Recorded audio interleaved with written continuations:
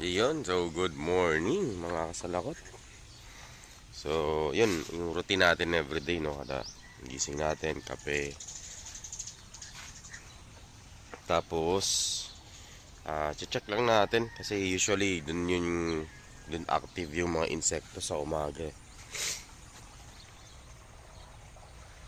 Tingnan natin kung may mga insekto.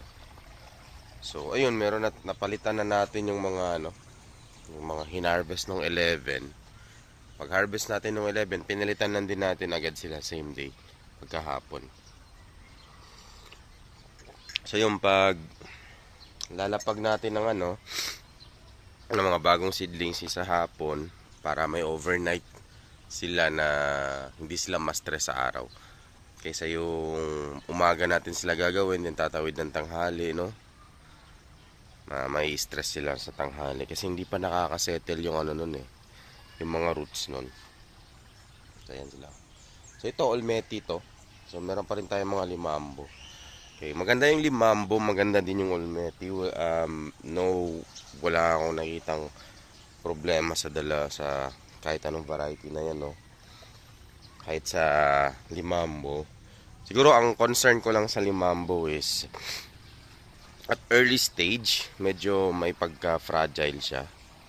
Pero once na lumaki na, okay na. I think that goes to any other uh, klase ng lettuce, no? Ayan. So far, ang pinakamatinding tip burn na nakuha ko pala sa limambo is ito. Papakita ko sa inyo, no? Kita ba? Ayan. Siya lang din mag-isa. And usually para ay natin.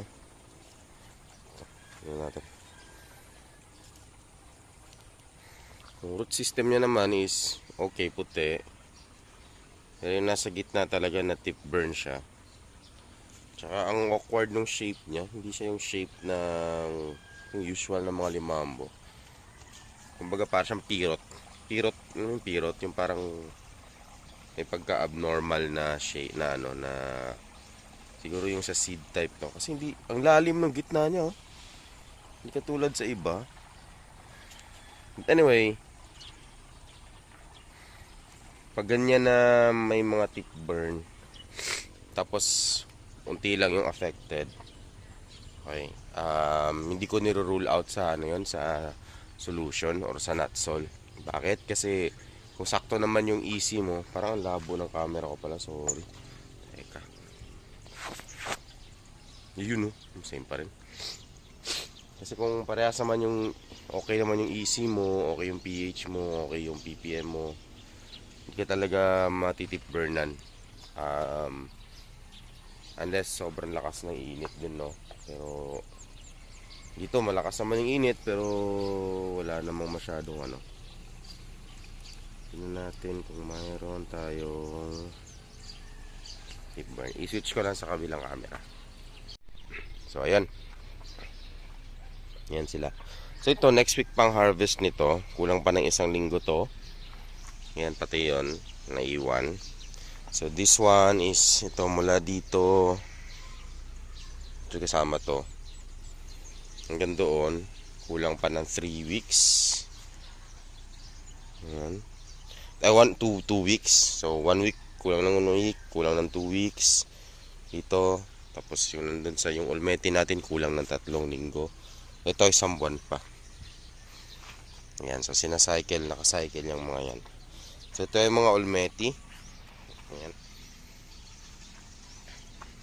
So harvest ito is ngayong Feb 18. Ayan, so ang inaabangan lang namin na yun is so tuloy-tuloy pa rin naman yung mga orders, no? Actually kinukulang kami ng supply, but we're still looking kung ano yung kung uulit ba, kung may repeat orders ba na the same yung volume. Then so far naman meron, may mga ganong orders pa rin naman. Then i-decide na tayo kung madadagdag tayo. Kasi unti pa lang yung nare-reach talaga namin sa market eh. due to hindi kami makakapag yaya masyado kasi or makakapag-offer kasi kukulangin kami ng supply. Sa mga resellers pa lang kasi kulang na siya.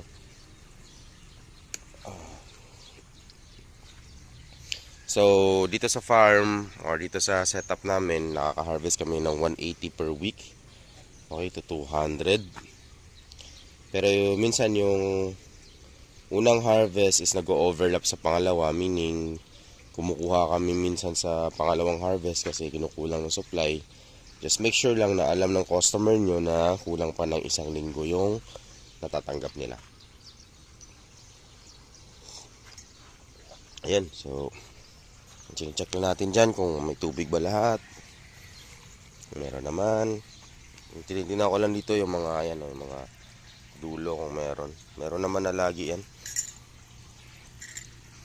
So ayan. Basta may laman na malalim yung tangke, may flow yan. Pero kung unti na lang yung laman ng tangke, bawas din sa pressure. So ito naman yung mga seedlings natin ay papalit natin. Tignan mo, pantay na pantay yung tubo nila, oh. Ayan. So tagang hindi nakapag-upload sa YouTube, no, kasi busy. Tsaka nasa Facebook lang tayo nagre-reels, tsaka mga quick posts lang. Hindi na rin kasi ako nakakapag-edit. Pero ngayon share ko sa inyo. So ito yung update naman sa Dutch bucket natin. So meron tayong pipino. Ayan. Ayan, nagkaka-tendrils na sila. So meaning naghahanap na to ng kakapitan. So lalagyan na natin to ng siguro mga trellis pag ganun. Pero antayin pa natin na siguro tumaas-taas. Ayan. So, ayan, meron na naman tayong, I think meron tong uod. Insekto, ganito yung kumakain. Wala, lumipad. Sinakain ng mga insekto, that's okay. Ito mga to. Hindi yan yung kumakain. Ayan, may tumira. Ito din, oh. Hindi even sure kung anong tumira dito.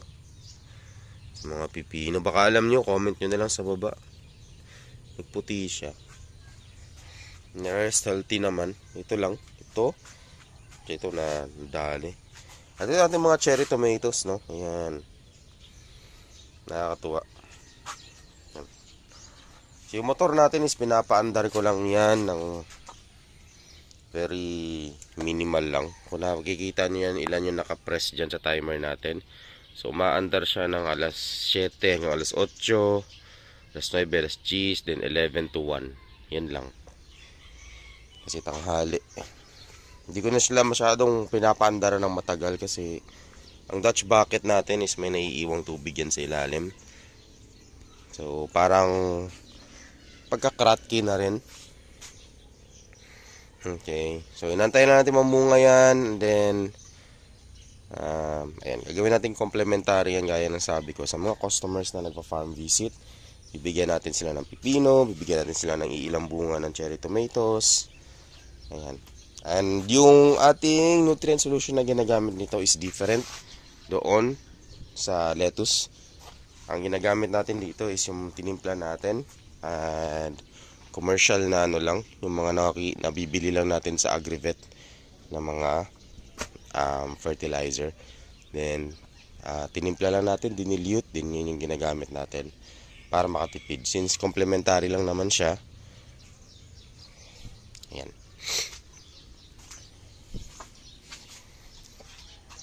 Okay, yun lang. Yun lang mga kaslakot. Good morning. Kape muna kayo. Marami pa kaming tatrabahuin dito. Dito kasi namin lalagay yung sunod na project, eh. Saging. Ang bilis tumubo ng saging. Kakaputol ko lang ng iba. Ayan, hindi ko pa nga natapon. Meron na namang bagong sumibol.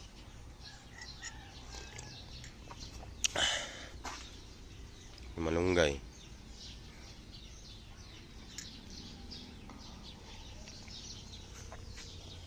Ano ba? Ayun, so susunod siguro pag-usapan natin yung costing ng mga ganito. Kasi sa mga gusto magtayo ng sarili nilang greenhouse, okay,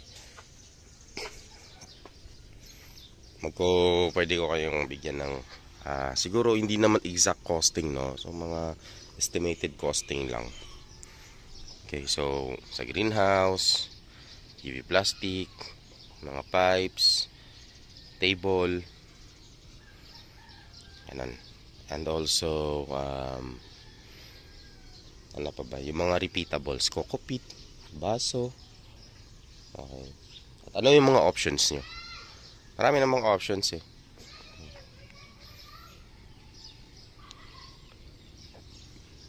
So, kung gusto nyo magtayo ng ganito, gusto nyo subukan, meron kayong idea kung magkano. I mean, pwede naman kayo magtayo ng greenhouse, no? At sa pinakamurang halaga na gusto nyo. Ang importante lang naman dyan is may UV plastic eh. Baka kayo nang bahala kung paano yung i-frame. Kung ayaw nyo gumamit ng downspout, pwede kayong gumamit ng PVC. Okay. Basta ang point lang naman dyan is may tubig na dumadaloy. At dapat ma-regulate nyo lang yung temperature ng tubig.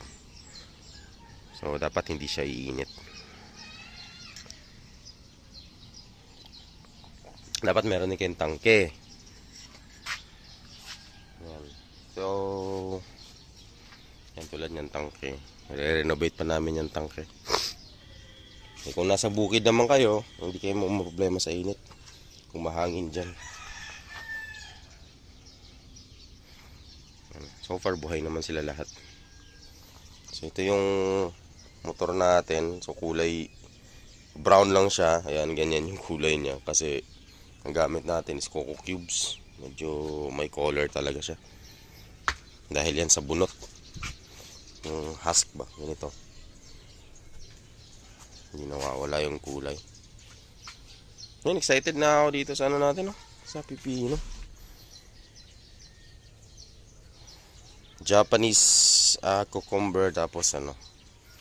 Saka natin magta-toppings magano. Di ba yan, huwag muna natin yan ipon. Masyado pang bata yan. Ilang araw pa lang yan. Ito din oh, dinali din to ng mga insekto oh. Ako naman.